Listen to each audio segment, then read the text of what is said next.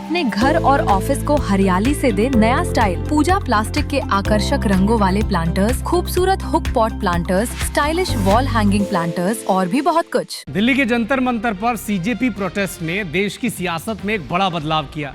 अभी तक महिलाओं पर केंद्रित रही सियासी दलों की रणनीति जेन जी की तरफ शिफ्ट हो रही है। और इसी बीच पूर्व केंद्रीय शिक्षा मंत्री धर्मेंद्र प्रधान ने इस्तीफे के करीब 2 हफ्ते बाद इस पर खुलकर बात की। धर्मेंद्र प्रधान ने आरोप लगाया कि जेन जी को गुमराह किया गया। प्रधान के इसी बयान ने सियासी तूल फिर से पकड़ लिया। एक रिपोर्ट आप देखें।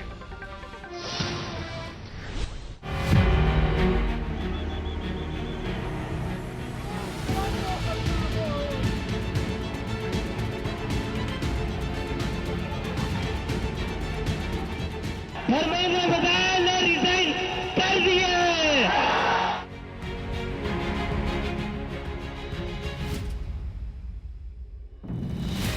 जंतर मंतर पर करीब 36 दिन चले सीजेपी के आंदोलन के बाद केंद्रीय शिक्षा मंत्री धर्मेंद्र प्रधान को 25 जुलाई को इस्तीफा देना पड़ा, जिसके करीब 2 हफ्ते बाद धर्मेंद्र प्रधान ने इस पर अपनी चुप्पी तोड़ी।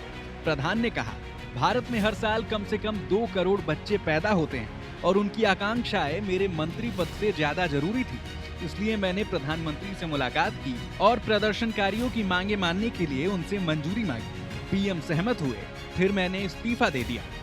धर्मेंद्र प्रधान ने ये बात भुवनेश्वर की जीएम यूनिवर्सिटी में कार्यक्रम के दौरान छात्रों और शिक्षकों को संबोधित करते हुए कही। हालांकि प्रधान यही नहीं रुके। प्रधान ने ये भी कहा, नीट पेपर लीक के विरोध प्रदर्शन के दौरान जेन जी को गुमराह करने की कोशिश की गई। धर्मेंद्र प्रधान के जेन जी को गुमराह करने की कोशिश वाले बयान पर सियासत गरमाते देर नहीं लगी। शिवसेना यूबीटी सांसद संजय राउत इस पर भड़क गए और प्रधान पर निशाना साधा।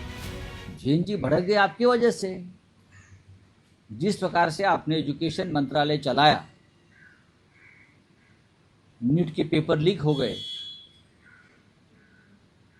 बार बार एग्जाम पोस्टपोन किया गया, तो लोग भड़क ही जाएंगे बच्चे। आप जिम्मेदार हैं। कांग्रेस और बीजेपी में भी प्रधान के बयान को लेकर सियासत गर्मा गई कि वो गलत लोग कौन थे जिन्होंने मिसगाइड किया था, उनके नाम बताएं। और अगर गलत लोगों ने मिसगाइड किया था तो सारे जेंजी को वो एक्यूज कर रहे हैं, फिर वो इस्तीफा क्यों दिया उन्होंने? उन्हें इस्तीफा नहीं देना चाहिए था।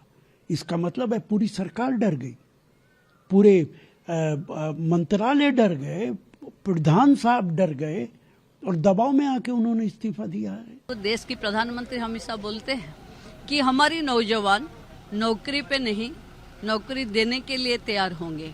मुझे लगती है नौजवान के पास जो जोश है वो देश के हित में आना चाहिए, देश को समृद्ध करने के लिए आगे आना चाहिए और राष्ट्र प्रथम में काम करने के लिए वो आग्रह और उभर के सामने आना चाहिए। नीट पेपर लीक को लेकर दिल्ली के जंतर मंतर पर 20 जून को सीजेपी ने अनिश्चितकालीन धरना शुरू किया था। इस दौरान सोनम वांगचुक के अनशन और पुलिस लाठीचार्ज ने इस मूवमेंट को देश भर में फैला दिया। भारी दबाव के बीच धर्मेंद्र प्रधान का इस्तीफा हुआ। तब से लेकर अब तक ये मामला ठंडा नहीं पड़ा है। संसद से लेकर सियासी गलियारों में सत्ता पक्ष और विपक्ष में टकराव जारी है। Bureau report, IBC 24।